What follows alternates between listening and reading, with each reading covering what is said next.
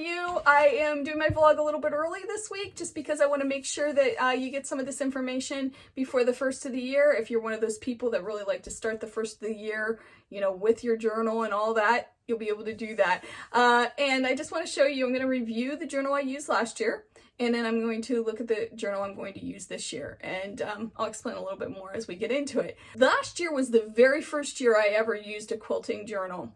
I wish I had been using it from the very beginning because I think it would have been a really cool thing to see over the past 20 years how I've progressed as a quilter and the different projects I've made through the years and when I made them. So I think that the quilt journal in general is just, it's a great idea. They do take some time. It is something, you know, I try to update it every couple days, and sometimes, and you'll see that I didn't always update it and I need to go back and update it, but it's a great place that I could go to and take notes. So the journal I used last year is this one, and I got it as a birthday gift, and I loved it. I love it. It's such a cool journal. At the beginning, there's a table of contents, which I love, that has the page numbers. And these are all the projects I worked on this year. The ones that are highlighted are the ones that I completed. The other ones I didn't quite get done, and I need to move over to next year. I could put Post-its in here. I could just take notes, all kinds of things. And then they have these pages. Now let me show you a blank one, because there are quite a few, that you can keep track of all of your projects. So here's one that's completed. You can see. And what I would do is just take a picture of the project and print it out on sticker paper. And then I cut it out and stick it in here. And then I also keep the fabrics. These are loose. And any notes, any information I had about it. And here's another one. This one I didn't do fabric swatches yet, although I do have them. I have a basket in my sewing room that I would like throw the swatches in because I knew that I was going to want to keep track. Let's see. Anything. I'll even put like the, you know, the thing that the fabric came in, that type of thing. So I love this. It also has a section that has like, you know, a year in review, or even just each week what you can work on. I wasn't great at filling that out. Some weeks I did, some weeks I didn't. And then there's a section on organization and some notes in the back. The problem is when I went to buy this last week to get another one for next year for 2021, they don't sell it anymore. It's gone. So I didn't want to spend a ton of time reviewing this one. As much as I loved it, and that was my intent to review this one, I was stuck. So then I had this dilemma on what to do. Do I go get a different journal? Do I just make my own? You know, I like the happy planners for my personal journal. You know, do I use that?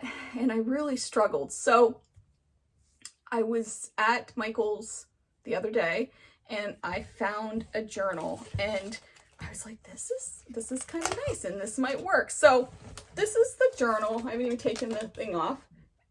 Okay. It's by Recollections, and it is a sewing journal. So I've never used this. I don't know, you know, what it's going to be like, but I will tell you what I like about it and what I don't like about it. And see if you maybe want to pick it up. I'm not sure. First of all, there's stickers, and who doesn't love stickers? So there's a bunch of stickers in the front, and you can see them. And then there's this wonderful pocket that you can put stuff in, which I'll absolutely use. And then you get into this. It has these project ideas. This is one of my cons. I do not like this because there is no way this journal is going to tell me that I need to learn to knit a chunky yarn blanket for a friend.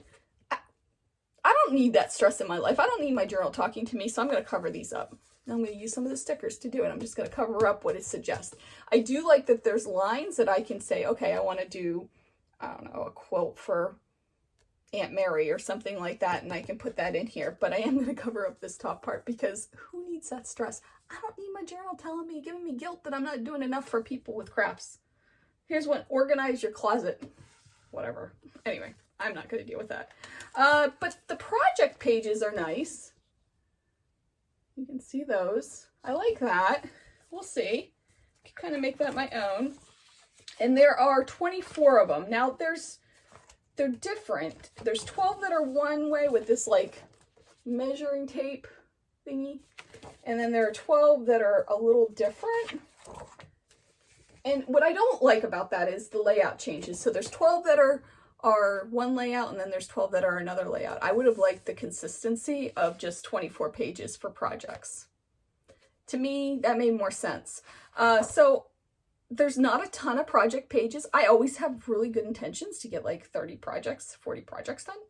Never happens, but I always have those good intentions. So I would like to have a little bit more. I'm going to make it work though, and we'll definitely make it work, and I'll let you know as the year goes on. In fact, I'll do maybe I'll do a mid-year review, or even every 3 months. I'll show you where I'm at with my journal. All right, so there's that. And then let's see, what else do I like about this?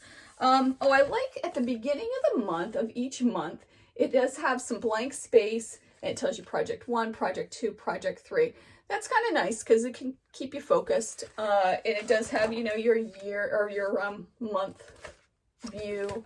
And then what I really like are those daily views, so I can see. And each month is like that. And then at the end, there is space for notes. So I also like that it's a nice heavy duty plastic, and it's spiral. I'm left-handed, so I love anything spiral because I can kind of move it around and tilt it and change the direction. I don't like anything bound. So I really like that. I like the cover. I think it's really cool. And we'll see how it goes. But I do encourage you in some way, some shape, or, you know, even if it's just a spiral notebook, keep track of these things because I think it's important. Who knows? It might end up in a dumpster someday. You know what I mean? Somebody might not care, but I think it's very important to record and to remember our quilt journey, especially if we're ever going to teach anyone else how to quilt. You know, it's good to remember how that felt when you were trying to get those seams right and you were trying to keep a consistent 1/4 inch or whatever it would be, you know, and realize that that's hard to learn. Some of us seasoned quilters take that for granted. We know how to do that. We know how to troubleshoot, but new quilters don't, of course. And, you know, it's something that I just think is important. I also find that my earlier quilts, I was brave. I'm not as brave as I am now, although I'm getting better. You know, I would just go with it. If I made a mistake, I'd just go with it. Now I'll, you know, be panicked and put it in a closet. So I'm working on that too for myself. I hope you enjoyed this. I'll see you next week for another vlog, and I'll get back to that whole packing up my quilt room information. I do have some really great ideas and some great tips for that, things that are working for me.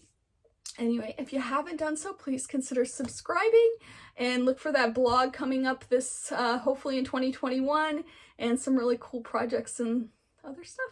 So I will see you soon. Thanks for watching. Bye.